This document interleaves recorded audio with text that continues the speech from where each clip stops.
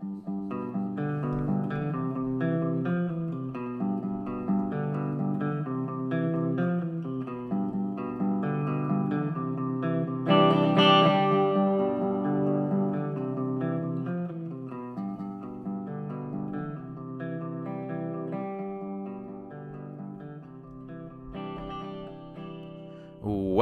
to the Movies of the Damn podcast. My name is Kyle Grant, and I'm sitting here with my friend and published horror author, John Hunt. If you enjoy what you hear here today, please subscribe to our YouTube channel, check out our Facebook page, and follow us on both Instagram and Twitter, @DamnMovies. Email us any questions, comments, and suggestions to moviesthedamned@gmail.com. For further details on John's published works, please visit his blog, johnhuntfiction.wordpress.com. Today, we'll be discussing S.Craig Zahler's 2015 Western horror film, Bone Tomahawk. In the 1890s, after stumbling on a native clan's burial site, a drifter criminal then arrives in the small town of Bright Hope. That night, the native clan arrives in town and kidnaps the drifter, the doctor's assistant Samantha, and the sheriff's deputy. The sheriff, backup deputy, Samantha's husband Arthur, and another townsperson then set off to form a rescue mission. Their journey is treacherous, and ultimately, everyone other than Arthur ends up either being killed or captured by the clan, who they then learn are cannibals. With the drifter and deputy already being eaten, Arthur then rescues the backup deputy and Samantha through exploiting the clan's communication whistle. The sheriff is however left to die as he tries to kill the remaining 3 clan members with his gun, as his injuries are too grave to travel. The movie ends as the remaining 3 start their trek home and hear gunshots. 3 gunshots, seemingly indicating the sheriff has finished off the 3 remaining clan members. John, opening thoughts on the movie? Yeah, so this is one of those movies where I said I would never watch again, right? Yeah, you said you'd never watch it again, but if you folks listened to last week's episode, you heard that you threw it to Ethan, and he said, Ethan, I want to hear from you. What movie do you want us to review? Yeah. And like any good son would, he stuck it to his father and said, Bone Tomahawk, Yeah. So here we are. He was being a bit of a jerk, and I have to say, watching it again, I really, really, really love this film. I think it's a great film. I really do. Just that one scene I always had a problem with because it got stuck in my head. Got stuck in my head for a long time.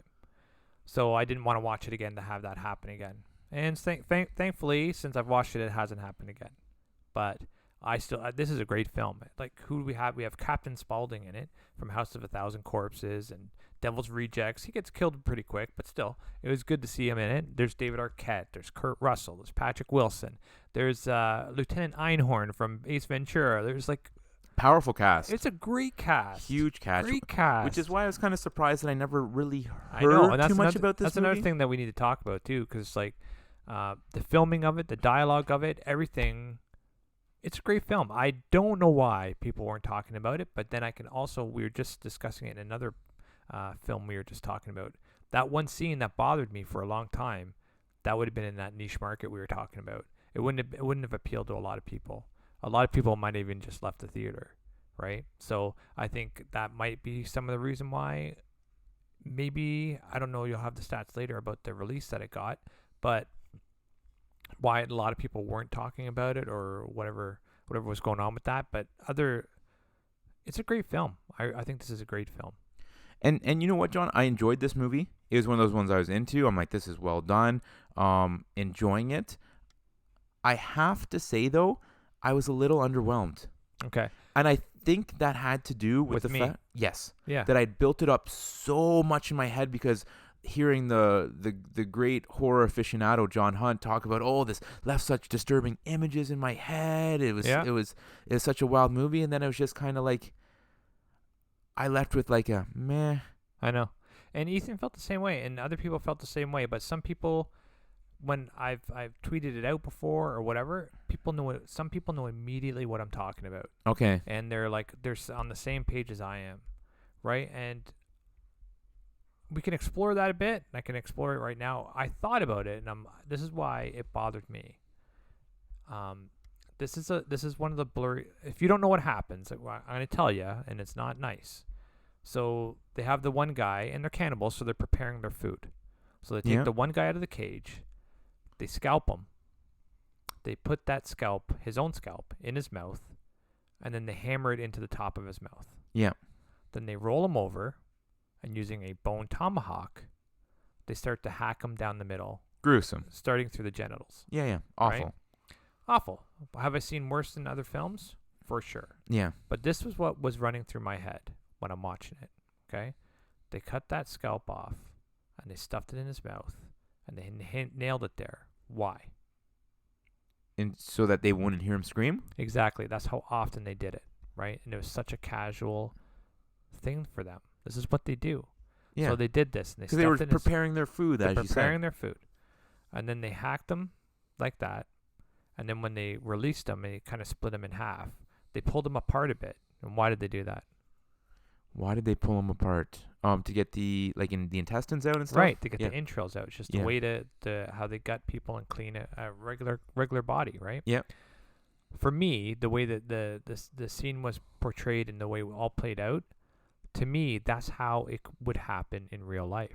So you just found it to be so realistic. I thought it was so realistic, and it was disturbing on many other levels. And when I feel that it was real to that degree, I kind of project myself into that poor person's head. And that's why it disturbed me to that degree, right? Whereas, like I said, we talked about other movies like Terrifier or over-the-top gore films like that. They don't bother me like that, right? Because it's certainly disturbing, but it doesn't approach the realism, right? Okay. So this is like something that, like, I read a lot, obviously. I read a lot of history. I read a lot of stuff, right? Yeah. And so some of the most disturbing things are what people have done in the past. Oh, human beings are awful to each other. Right? So I read this other book, I think it was by Jay Conrath. I'm not too sure. But you know how they talk about the gridiron, and what does that refer to? Yeah, I'm not positive, no.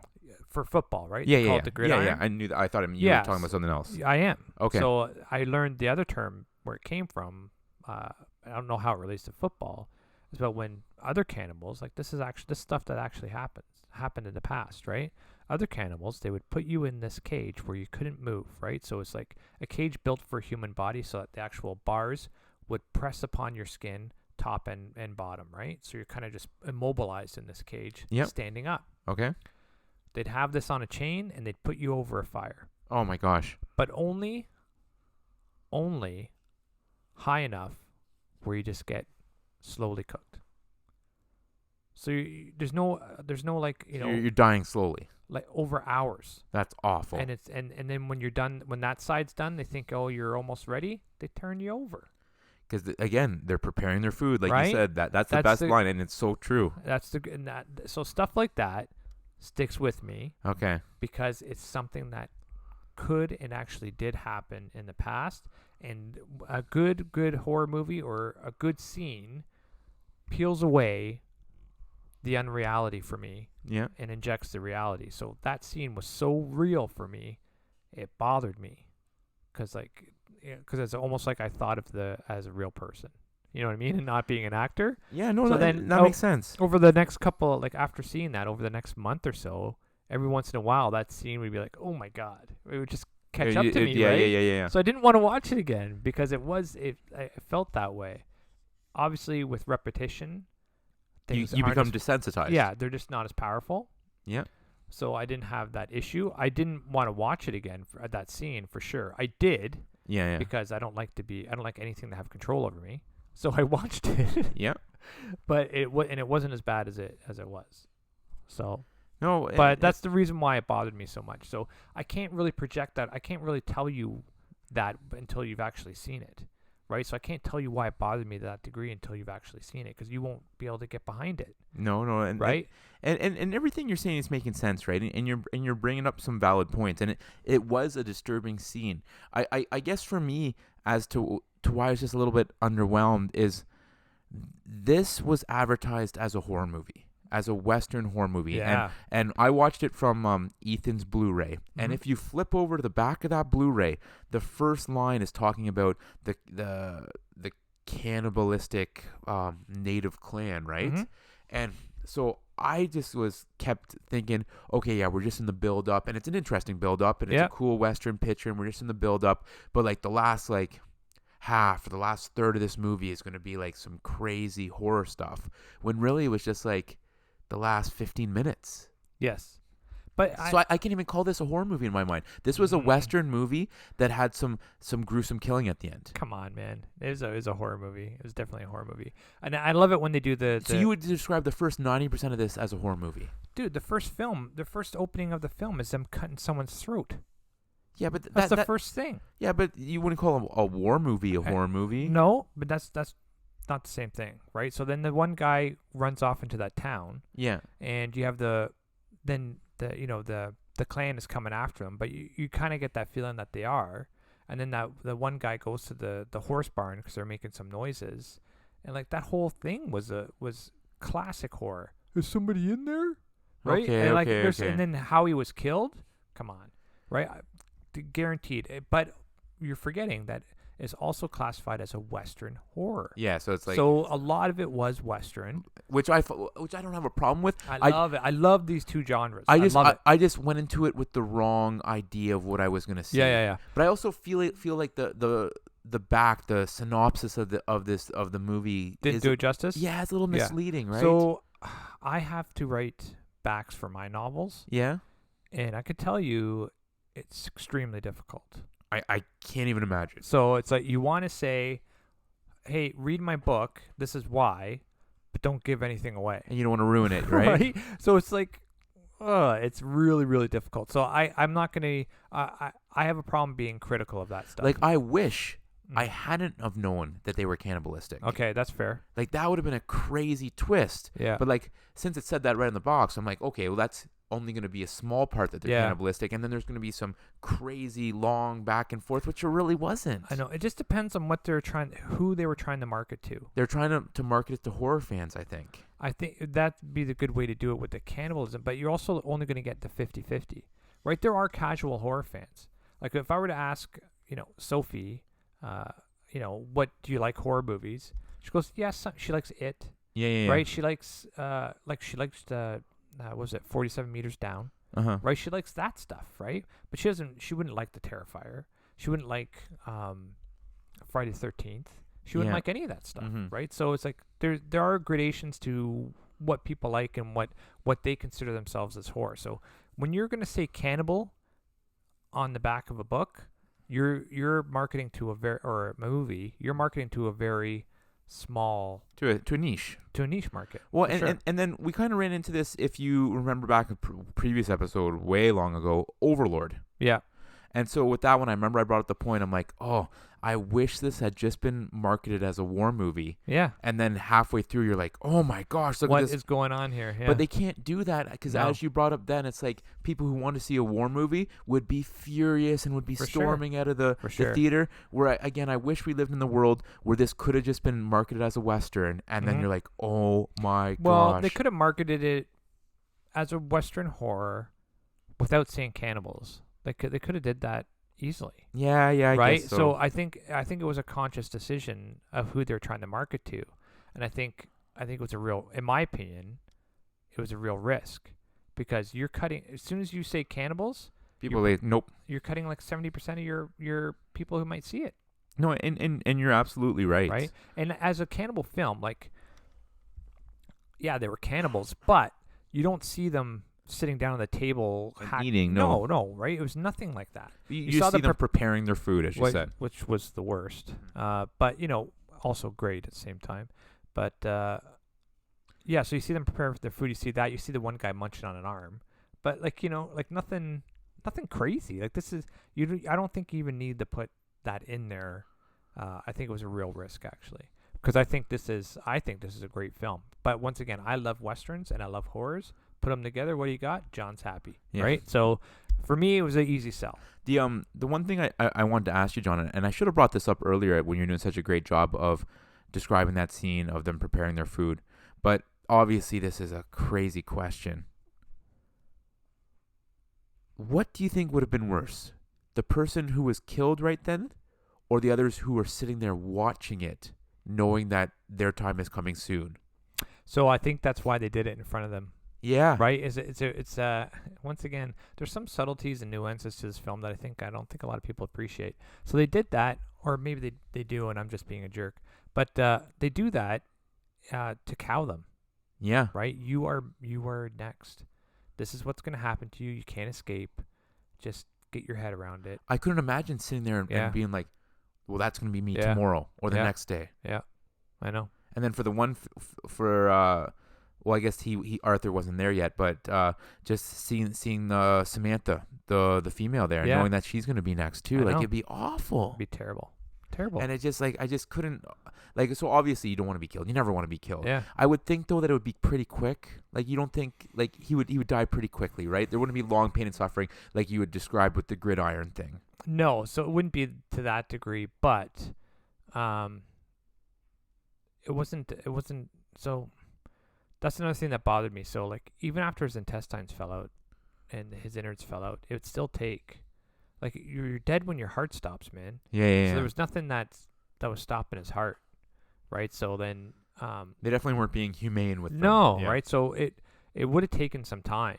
Now whether or not he would have, because when animals suffer massive damage, massive physical damage, what do? We go into shock. We go into shock. So he might not have felt anything. And that's what I'm thinking, right? Yeah. So And so that's why I bring up the thing, because obviously at first glance, like, well, of course I'd rather still be alive, but just to be like sitting there having to watch it and knowing you're next, oh my, I can't fathom it. yeah. I'd always rather want to be alive, Yeah, of course. but I know exactly what you mean, because that was a very disturbing scene for me watching it on a film, right? So Yeah. So and I talk about it a lot, how much it bothered me, and it's just like. It's just one of those things, like when you watch other horror movies, you can dismiss the kills half the time because they get stabbed with a knife and they just fall over and it's done, right? There's nothing. But this was like so graphic, so detailed. Yeah, and it was casual brutality to the max, right? It's just like this is what we do. We're gonna be. Oh, they weren't even bothered by it. It was just like well, everyday occurrence. It was their cow, Yeah. right? But I don't know, but I hope cows are treated more humanely than that. Yeah, I don't want to be a part of that. I know. But then how clever was it of Arthur to kind of kill that one clan member and then like dig like the whistle out of his throat? I know. And then putting that up to your lips and I blowing know. on it, that grossed me out. And I love the You know one. what? Arthur was a good character, and I like how they build him up. I really like how they build him up. They put him at the very beginning as being a stubborn guy. He does not quit. He's No. like, right? So his wife was giving him gears about it at the very beginning about how stubborn he is and how that's the reason why he broke his tibia, right? Like, and he would not quit. Like, no, you need to stay back. I'm not staying back. Okay, well, we're going to cut off your leg. You're not cutting off my leg, Yeah. right? Like, he did all that stuff, and we're going to leave you behind. That's fine, but leave some signs because I'm coming, right? There's no way he wasn't coming. And they did such a good job of that. So you didn't really know how to feel about him. You're like, dude, you're holding them all back, right? Like, they're trying to get there quick. You're making it really slow for them. What's your problem? Just go back and, these guys are going to do their job the best that they can, right? Just let it go. Nope. Right? He went there and he ended up saving. And I love that thing too Yeah. about you saying like, oh, I'll catch up with you guys, and then Yeah. you just like leave him there lying by himself. It's Yeah. like, oh my gosh. Or it's like, yeah, you go ahead, we'll pack up camp and we'll catch up with you. It's just like, we are so soft today, John, compared to like how people used to live. Oh, I know. So here's the thing. That's one nitpick I have. So it's like even though he sets up that little string and the bells, you're not gonna have a sentry. Yeah. Okay. Yeah. I don't know. I think you would have a sentry. I think back in that time you'd be almost silly not to have a sentry, right? So especially with those clan members running around, right? But even if they weren't, that's just kind of the normal thing. And that was the standard that they would do. If someone approaches your camp in the dark and doesn't announce themselves, they're an enemy. That's how they used to treat everyone back then. And I was just gonna say that like Yeah. life was just like they just kill people. Yeah. Like I think it was just typical that you would have a lot of people in your life who have killed other people, and you'd have a lot of people in your life who just got killed at some point. I wouldn't say it's a lot. I would just say the reaction to it is different, right? Yeah. So it's like, well, I had to kill the guy. Well, why? He was on my land.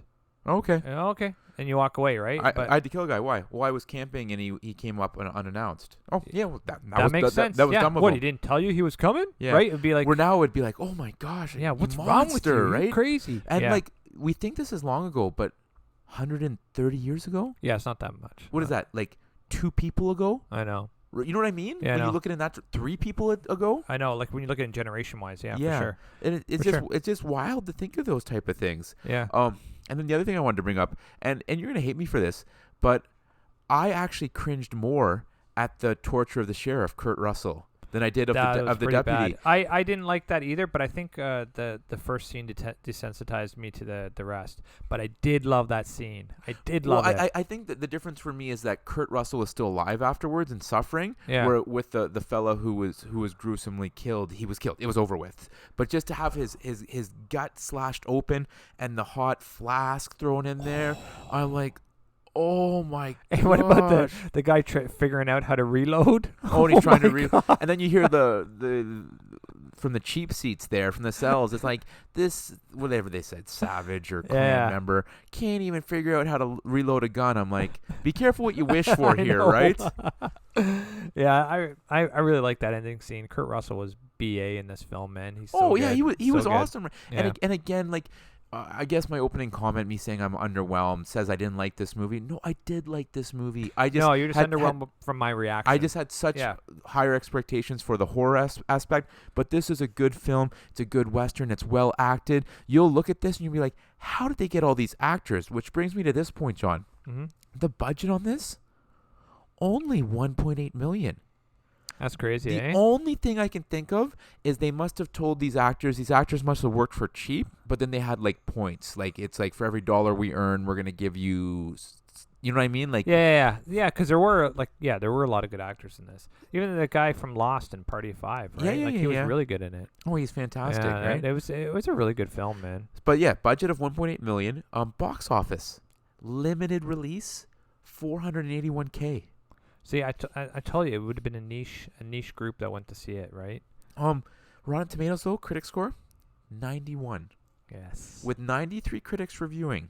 That's really good. Yeah, that is really good, Told right? you, it's a great film, man. And for the audience, 73. Oh wow. Yeah. I can see why. Yeah, I Agree. can see why too, right?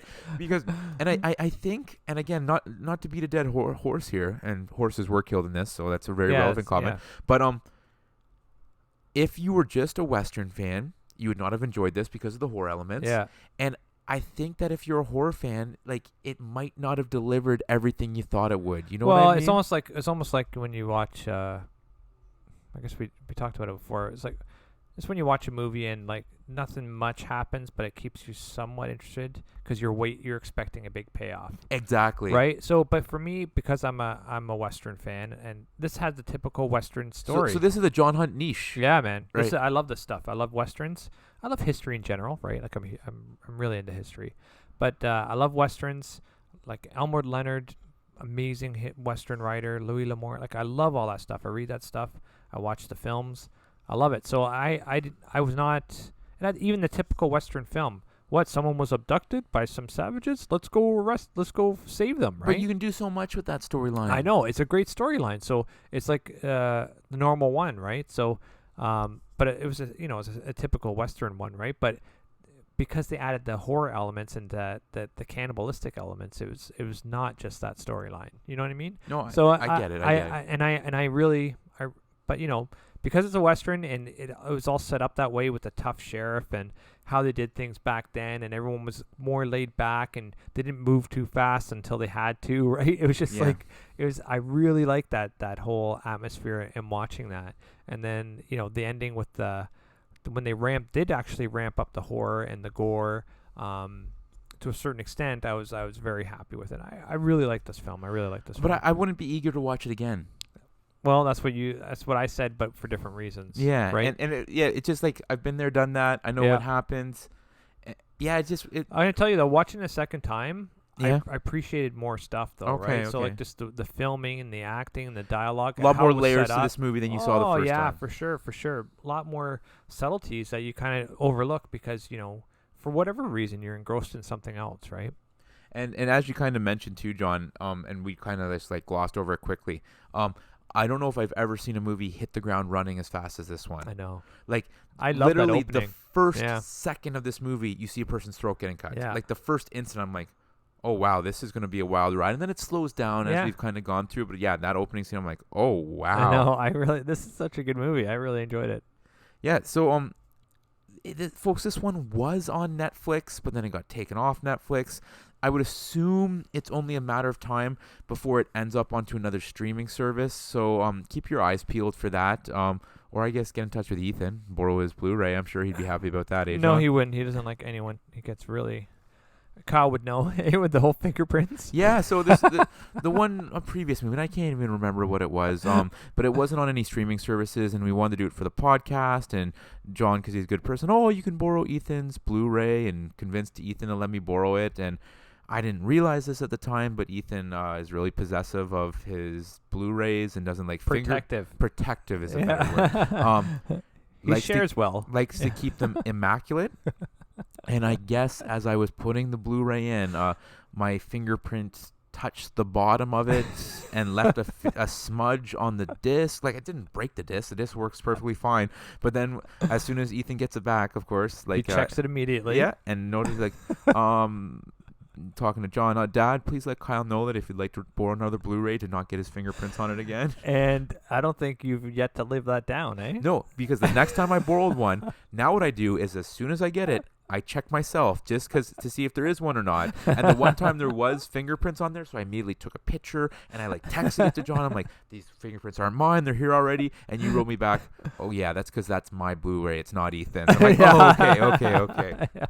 And I'm okay with that. But Ethan, we love you. We're just teasing you because you're awesome. And without you, we wouldn't have been able to do a lot of the movies that we've done on this podcast because they're not always on Netflix. Yeah. They're not always on Shudder or some of these other streaming services. And he has given us a lot of great recommendations too. 100% he has. Sure. And he's also done a great job, as we've talked about before, recording our intro music, our outro music. He's been a guest host on this. Yeah. He's had us as an actor in his short film. For sure. Yeah. Yeah, don't judge us too harshly on our acting, okay? Kyle was actually really good. I was absolutely horrendous. So that's why it's hard for me to talk about other people's acting now. Well, I think we both have faces for podcasting. For sure. Well, buddy, back to this one. Some other stuff that you wanted to add to the talk dialogue. about? I really like the dialogue. Like I forget her name, but Arthur's wife. Samantha. Yeah, Samantha. There you go. In their cage, and she's like, "Yeah, Arthur's coming. He's right behind us." She's like, "You told him to come, right?" Like, yeah. She was the best, right? She's like, didn't want him to come. She knew you told him to come here. Like, he's on his way here. Is that what you're saying? And then, well, she had come to terms with the fact that she was going to die. Yeah. And so I think she was happy with the fact that the person that she loved most was going to live. Yeah, because she thought he had she knew he had a broken tibia and thought it would be ridiculous for him to come out here. Yeah. Which it was. But she also knew how stubborn he was. So she was kind of, when they showed up, she was concerned at first that she thought Arthur was dead because he wasn't with them. Yeah, because she said something like he would have never let you go without him or something like that. Yeah, she did say that. And then, but then she says all that stuff. What, he's coming. You left signs for him to follow. Like she was like, she goes, what she did. Frontier living's not that hard because of all the Indians or the natives and what is it? Living out in the open or on your own. It's because you men are idiots. Yeah. She goes, I told him not to go up on that roof, and look, he broke his leg, and now we're here in this mess, and you told him to come. You guys are idiots. Like, I thought that was such a good line. She did a good job there. Yeah, no, and you're right. The dialogue was good, and at no point did I believe that any of these actors didn't belong in that time period. Yeah, you know what I mean? And so that speaks not only to the acting but also to the script, that it felt right to me. It was just all good. Yeah. I don't like I said, that one scene bothered me, and I tried to explain the reasons why the best I could. And yeah. Well, it makes sense. And other than that though, this is, if you're a horror fan and you need, and a Western fan, or just one or the other, you should. Well, if you're a Western fan, you won't like this movie. No, but this is a good movie, John. It is a great movie. It's just like, just because a good movie has some gore in it near the end, doesn't mean that you throw the baby out with the bathwater. For sure, but I would say that gore at the end is just a little more over the top than a Western. Like, my dad loves Westerns, Oh, loves them. Clint Eastwood is. Yeah. This isn't a Clint Eastwood fan. No, so if he was going to watch this, my dad would like, what the? He would not watch this. Yeah, He would yeah. not. So I'm just saying, if you're primarily a Western fan, this would not be up your alley. That's all I'm saying. Turn it off before the last 15 minutes. Yeah, because other than that, it's awesome. It's a lot of fun. Great. Well, still, because I'm a horror fan, that was also still fun for me. Perfect. Anything else to add, buddy? Nope. Well, folks, please subscribe to our YouTube channel, check out our Facebook page, and follow us on both Twitter and Instagram @DamnMovies. We want to hear what you thought of today's podcast and any suggestions you have, especially in terms of what movies you'd like us to discuss next. Send us an email to moviesofdamned@gmail.com. Please also check out John's full-length novels. His first 2 novels, Dollhouse and The Tracker, are Amazon bestsellers. You can pre-order his novella Balance, his book of short stories, 4 Shots of Horror, and his newest novel, Off the Grid, on Amazon right now as well. For further details on John's published works, please visit his blog, johnhuntfiction.wordpress.com. Thanks for listening, and we'll see you next time. That's right. So this year, we're going to be at Texas Frightmare. That's right. Me and Kyle will be at Texas Frightmare. It's the first weekend in May, and I'm going to be there on an author panel for my books. My publisher was nice enough to put us up in a hotel down there. So we'll be in Texas, and any of you horror fans down there want to come see us, please do so. We'd love to see you. Other than that, have a great week, people. Be kind to everyone.